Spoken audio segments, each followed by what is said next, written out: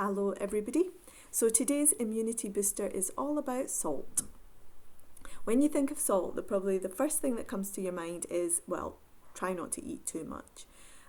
Try and restrict salt in your diet, and salt causes heart disease, and salt causes high blood pressure, and a healthy diet is a low salt diet. Well, that's what we've been taught, and like a lot of things that we've been taught, that must be questioned, and we must look at the science.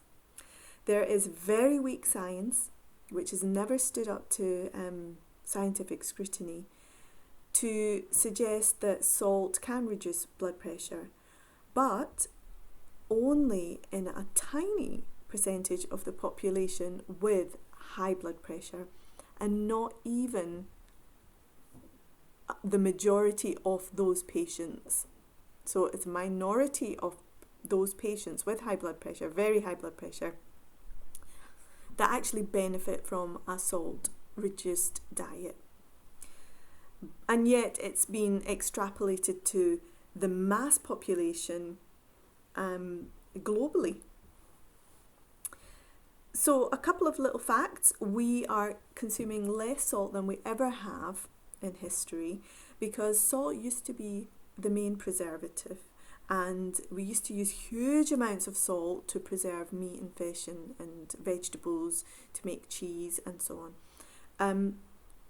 But since refrigeration, since the food industry has taken over, we don't need to use salt in those quantities. So our intake of salt has actually reduced. In fact, about 10 times what we used to eat. So we eat less, 10 times less. And yet our levels of heart disease, blood pressure, diabetes, kidney stones is all going up. And we're told that salt is the cause. Well, salt is crucial for our body. We bathe in salt. Our tissues bathe in salt. We cry salt. We have salty skin. We are salty people. So why on earth would salt be needed to be restricted? Some things that salt, I'm going to put some links down below in the comment section with some videos and extra reading that you can really take your time and do your own research. I always say do your own research, but do the research so that you can become aware of the actual science. What is salt good for? Salt is so important for our immune system. It's part of the immune system. It basically creates a very salty environment wherever infection control is needed, whatever cell in the body. It could be your lungs, it could be a cut in your skin. The stores of salt in the skin are mobilized, and they're moved to the area where infection control is needed. There they boost the activation of defense cells called macrophages, which basically, kill bacteria and get rid of all the crap that we don't want in the area. So salt is crucial for that. Salt is an anti-allergy, so it helps with our system that helps to control our response to allergies. Actually, I just thought that in this coronavirus, the thing that often causes the problems is the cytokine storm, which is almost like an overreaction of our body to the virus rather than the virus itself. So it's almost like like an allergic reaction. So I wonder if in the future something might come out about this, and whether salt in the diet or sodium might be beneficial. If you think about it, when we go to hospital and we're in emergency care, what is the first thing that they give us? It's a salt solution. Our bodies need salt. So it's an anti-allergy. It's part of the immune system. Low salt diets cause insulin resistance because the more salt you have in your diet, the more sensitive you become to insulin, which means that your body has got good glucose control, good blood glucose control. And the less salt in your diet, the more resistant you become. Insulin resistance is the root cause of many chronic conditions, nearly all the chronic conditions that we worry about most, the big killers: high blood pressure, diabetes, and heart disease, cardiovascular disease. So, reducing salt actually has a detrimental effect. Salt is involved in all communication of cells in the body. That's how our cells communicate to each other, especially in the brain, the processing of information. The filtration in the kidneys is extremely important, and it's also in our thyroid system. So it transports iodine to the thyroid gland. Now think about how many people are on thyroid tablets. So many people, especially women, and feeling chronic fatigue all the time, vague symptoms of tiredness and chronic fatigue. And salt, when you are in a low salt diet or you're deficient in salt, you feel chronically fatigued. You seek out salt. Think about when you've worked out really hard in a really warm day. You're really craving something to replenish you. When patients have diarrhea and vomiting, what do we give them? We give them diurolite or a salt solution to replenish those salts.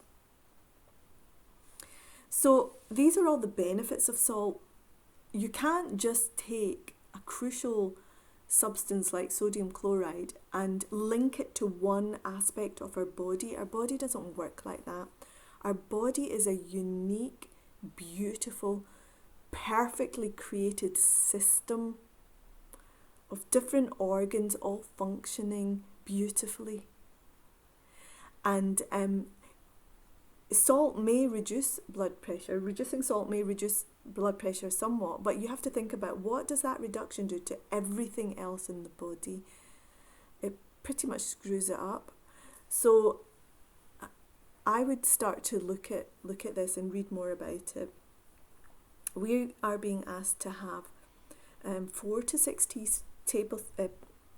grams of salt in our diet daily, which is about a teaspoon, maybe a bit more. We used to be consuming 10 times that, 40 to 80 grams a day, and the Japanese diet actually is still very high in salt, and they have low rates of heart disease and high blood pressure. Our bodies are perfectly designed to deal with high salt intake. There's a feedback system that is crucial, and our bodies know what to do. They pee it out. The salt is peed out of our system if it's too much, if we don't need it. So our body is really well designed to deal with that.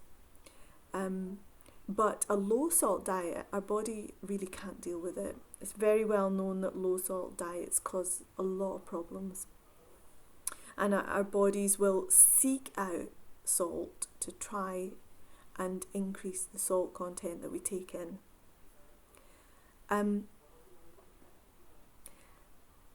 What we found is that quantity of about 7 to 8 grams minimum, and up to about 15-16 grams, so that's almost 3 times or more the recommended amount, is a really good quantity to have for the body, nice and healthy, not too much, not too low. And most people will maintain a good balance in their body, and there are no effects. So what kind of salt? Well, you want to look at natural sea salt, not table salt, which has just got 2 ingredients in it, sodium and chloride, and it's very refined. What you want is a natural Himalayan salt, for example, sea salt, which has got many other minerals and a perfect combination of minerals and salts. Quantity. I'm not suggesting that you measure out salt or count salt in the stuff that you eat. Use your natural ability, your body's smart meter, which is your taste sensation.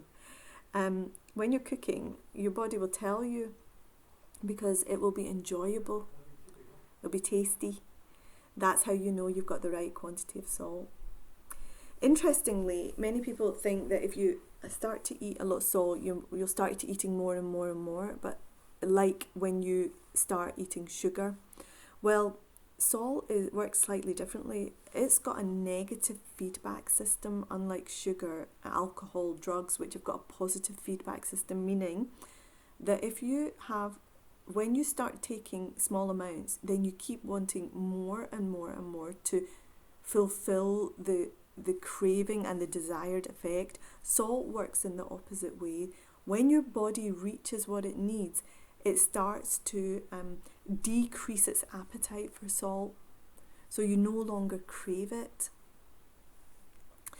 So when you are cooking, then cook whole natural foods, season to taste, and don't be afraid. Use good quality salt. Avoid processed foods and avoid pre-prepared meals and takeaways and cheap restaurant food. They will be full of salt, but more importantly, they will be full of preservatives and sugar. So you really want to reduce that. That's just general for everything anyway. So really focusing on wholesome, whole foods, where you cook yourself, season to taste with a good quality salt. And that should really start to help boost your immune system and boost your body in every way. I hope you get to read some of the links that I've put in and have a look at some of the videos. And hope it's been helpful for you, and let me know how you get on. Take care, everybody. Bye.